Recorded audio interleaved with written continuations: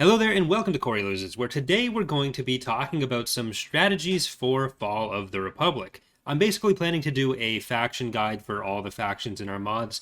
Today we're going to be doing the Republic, and I'm going to be talking a bit about how to succeed on the Galactic map, as well as how to succeed tactically.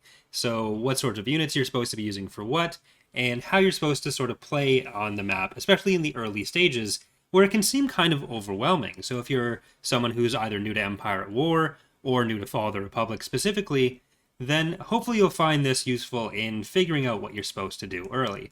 So I've let the game just progress to week 2. The only thing that's really happened is that the banking clan has conquered Orinda, so it's important to kind of understand what the state of the map is before we do anything else. We obviously have these red planets, and I'm playing this. I'm using the medium-sized map for the Clone Wars with the default era start.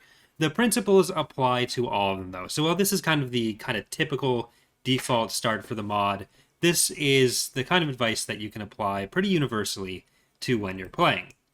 So the main parts of your territory as a Republic are obviously this set of planets in the core, from Coruscant on this end down to Humberine. Everything basically between Coruscant, Humberine, and Karita. Then you have a couple planets out here. You have Kashyyyk and Ruusan that goes down to Bothawai, Rishi, Kamino, and Ruthana. So those are kind of your secondary planets. And then you have one or two other strong points with Ariadu, and you also have Mon Calamari. So that's our territory. And first, we're going to turn on this button here, which is an important button. If you are somehow, if you're unfamiliar with that button, that shows you all of your planet information. But on top of our planets, and again, these will vary a bit depending on which Galactic Conquest you're playing, we have a line of planets here in the mid-rim that are kind of a darker red. These are not technically our planets, but they're serving a purpose for us. They are the Republic-aligned sector forces. They won't attack anyone, but they will join you at the end of the era, which will happen at week 30. So eventually, all of these planets that survive will be yours. But you have this main line in the mid-rim that goes from Orinda, which usually does get taken pretty early. That goes down to Umbara and Balamak. But you also have this other kind of strong point for them between Quell and Osis. So while your forces are kind of split, and while there are a lot of ones down here that are going to be a good buffer zone for you, the CIS, it's important to remember, is also split between 5 different distinct factions but aligned factions. So they're not attacking each other either, but it does split up their resources, so they're not able to ever really bring together everything at once. It makes it a bit more manageable to figure out what you're going to be doing. There are some things, or some aspects to it that makes it a little bit harder, which we'll go over in a second, but down in the south you have the main Techno-Union forces. So they have Forost as their main stronghold. Then they have planets like Fondor, all the way down to Mustafar and Utapau. So in the south, you're mostly dealing with the Techno-Union. You have a couple main CIS forces, which are these blue planets here. Then you have the Commerce Guild, and then the Banking Clan is up in the north. And in the core, you have some Trade Federation planets, which are these white planets. Now, the thing that's going to make the game seem most difficult to most new players is that we are going to have technically 5 different factions attacking us. So it can seem like it's going, like they'll all decide to attack around the same point at first, which can make it seem like it's going to just be attack after attack after attack. But the sub-factions are not especially aggressive. Especially if we're playing on Captain. If you're playing on Captain, that's going to be typically how it goes. I don't recommend starting on Admiral if you are looking for tips. Start on Captain. That's where the AI is making as much money as you and building as fast as you. On Admiral, they're going to be making a little bit more money and building slightly faster. But in general, the stuff they have, no matter who you're playing as or against, is stuff that they are making. So going after different production lines is always going to be helpful. So keep in mind what planets the AI has. We'll see over here, for example, the Commerce Guild has these 2 shipyards, Mintuin and Pamont. They are level 4 shipyards, which is the highest level in the game, and they start off with pretty big defenses. Mintuine slightly lower, Pamont slightly higher. But you here at Mon Calamari have a pretty high one. So the main thing that you're going to be doing is deciding which parts of your territory you want to defend. It's usually going to involve making some sacrifices somewhere. You're usually going to want to pick certain areas of your territory that you're not going to be investing much in. Mon Calamari, it can be nice to build up a bit. So really the only thing you can do to defend better there is going to be to build more of your defensive stations, but they can be quite expensive. Generally, what I would recommend doing is leaving Mon Calamari how it is. If you're going to build anything there, try to build maybe some clones, and if you want to get a vehicle factory, build some extra stuff to defend on the ground there. You'll usually be able to fend off maybe a small attack if you get attacked within a reasonable amount of time, but you're not necessarily going to be guaranteed to hold Mon Calamari. So if you're putting a lot of resources into defending every single attack, you're going to find yourself spread too thin. So if you have to sacrifice some planets, my recommendation is going to be Mon Calamari, Rusan, and unfortunately allow the droid attack on the Wookiees to win. Obviously, try to kill whatever you can, but when it comes to where you're putting your credits, don't worry too much about building up these planets. What you're going to want to do is make sure, first off, that whichever section you're going to use as kind of the core of your forces is most defended. So we have, usually the core is going to be that for it, like the actual core will be the core of your defenses. You can also do a viable strategy coming out of the south as your main forces. This is going to be a bit harder for you. Rathana is a level 3 shipyard, so you can build most of your stuff out of it, except for things like the Praetor and the Mandator. But you can make some pretty big dents down out of here. And even Ariadu, actually, can be worth investing some credits in. But you're going to want to figure out what your priorities are going to be. And my recommendation, again, is going to be worrying about the core, worrying about this area as your secondary territory. If you can hold on to Camino and Rathana, do everything you can to do that. But if you even have to sacrifice like Bothawai, that's not going to hurt you too much in the long run. And especially with Rhodia and Ryloth, you're probably going to end up, if you have to sacrifice them, don't worry too much about that. So then you get to the point where you're going to be wanting to pick what your first attacks are going to be. And I would recommend always going for Barlock as soon as possible. When you have these planets that are kind of low ground slots, so you have Barlock, you have Telti, they are each only 2 or 3 slots. Even early on, if you would like to go for Mimban out here and Emberline, they're going to be relatively simple places to take. Because you want to focus on a single area getting as built up as possible or as consolidated as possible. Because that's going to cut off the options that the CIS has for what they're going to do.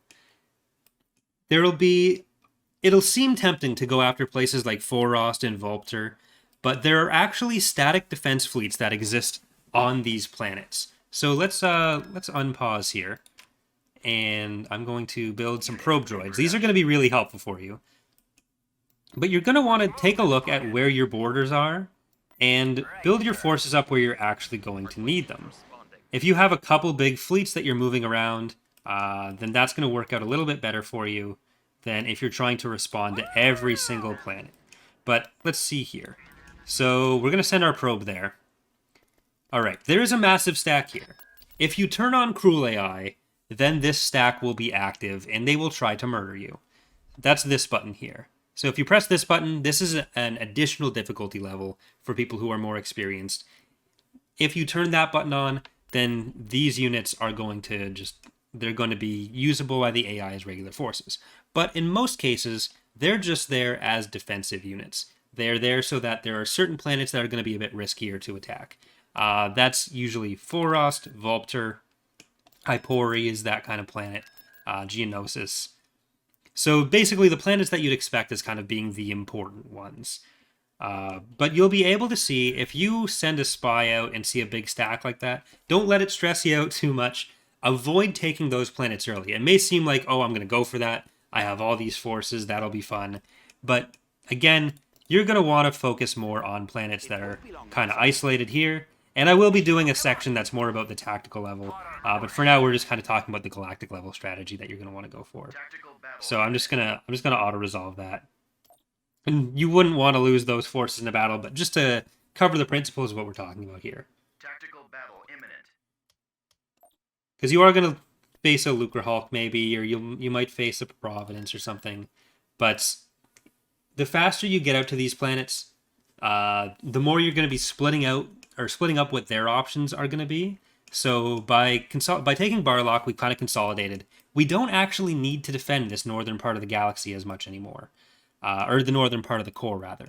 Because even though they have these planets on the other side of Kilara, Ithor, and Corson, you'll have a warning that they're going to attack you if they've taken those planets. They're not going to take this planet and then immediately jump to Barlock. They wouldn't be able to do that. They would instead take that planet and then later on go for an attack. So you'll know you'll need to shift some defensive forces up if they take Yin Core, if they take Corson, if they take maybe Wayland. But you do have a decent amount of time to respond to that. And if they do take a planet like Contrim, like they just did here, if you've taken Telti, you can respond and go that one planet out. They're not going to have a huge buildup there of their own forces. And so even though it means you're not going to get the PDF forces on the Era switch out, if you don't defend them, you are still going to be in much better shape. You have a pretty easy opportunity to take that territory right out from under them. So, usually what I'll end up doing when I'm playing as the Republic is I will focus on consolidating that core territory, and then I will usually end up trying to take some planets out from near Ariadu. That depends more on the size of the GC. On medium, it's a little bit harder because the two options you have to go for are Sullust and Praesitlin, but it really depends on how you want the flow of the game to go. So you could even try to go out from Rothana to Tatooine, and then if you want your first major assault to be on Geonosis, that's viable as well. But that would have to be, make sure you're kind of taking all the other high priority or lower hanging fruit first, because you're going to be giving yourself more opportunity to build up. You're going to be giving yourself more options on where you want to attack.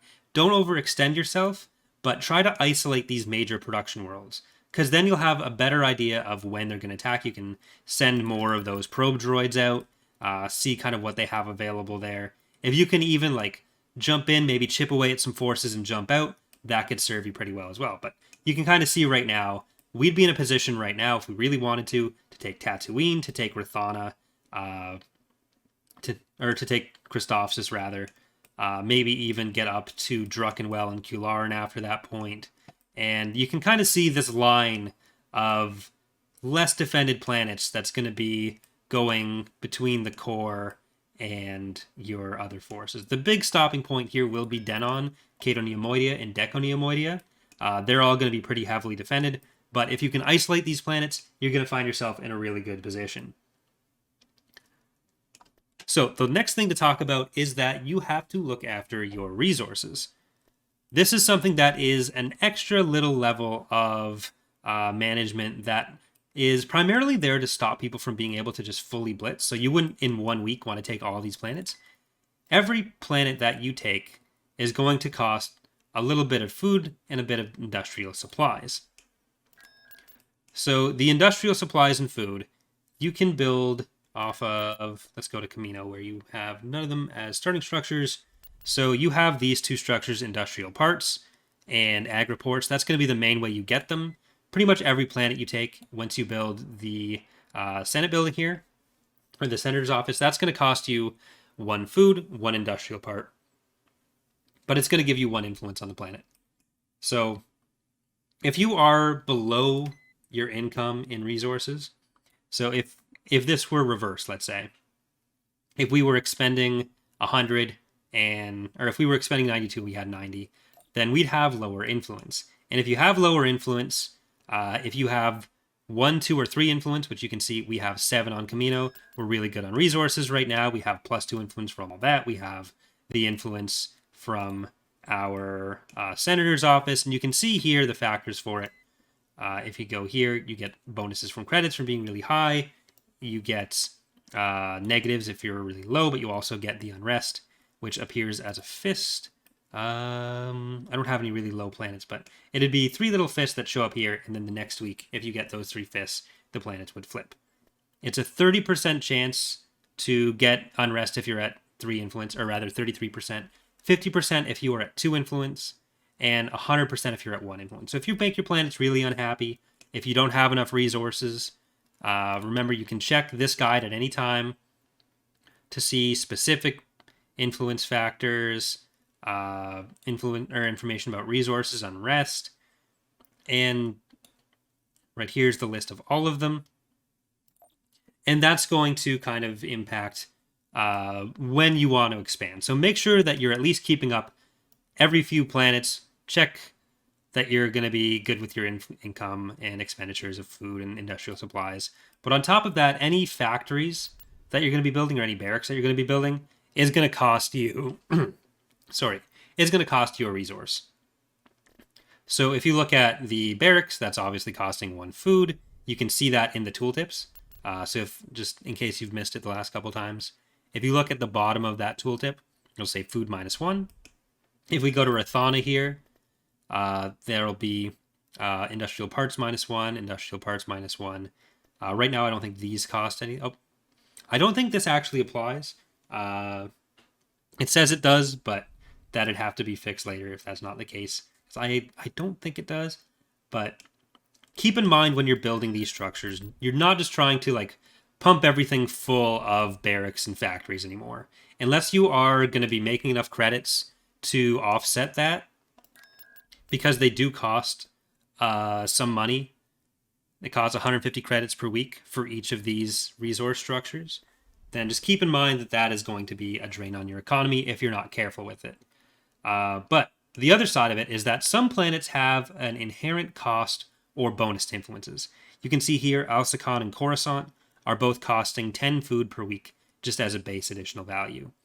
Same thing if we go and take Forost, we're going to have to remember that that is going to cost us 5 extra food. So if we did want to invade Forost right away, then you'd want to make sure that you're building an agriport first before you go in, because we're very close to being over our food limit. But some planets, like you can see with Barlock here, which I did recommend you take first, and Kilara, they have a green number. So this is +2 food, and there are some planets that are +2 parts. Those are going to be really valuable planets for you to take. You can see Mechas here has the +5 parts. Fondor has +3 parts, but -2 food. So that's going to be something you want to factor in when you're taking some of these planets. So just make sure it's not a huge amount to worry about. You won't find yourself like waiting long periods of time between battles to do that. But it is a factor, and make sure you're keeping up with that. The other thing is going to be your ship crews. So if you don't have enough ship crews for a ship, then it's not going to show up in your build bar. There we go. So you can see the cost of a ship here. Ship cost is 5. It comes up right below the name. If you don't have enough crews for something, then they will not show up in the build bar.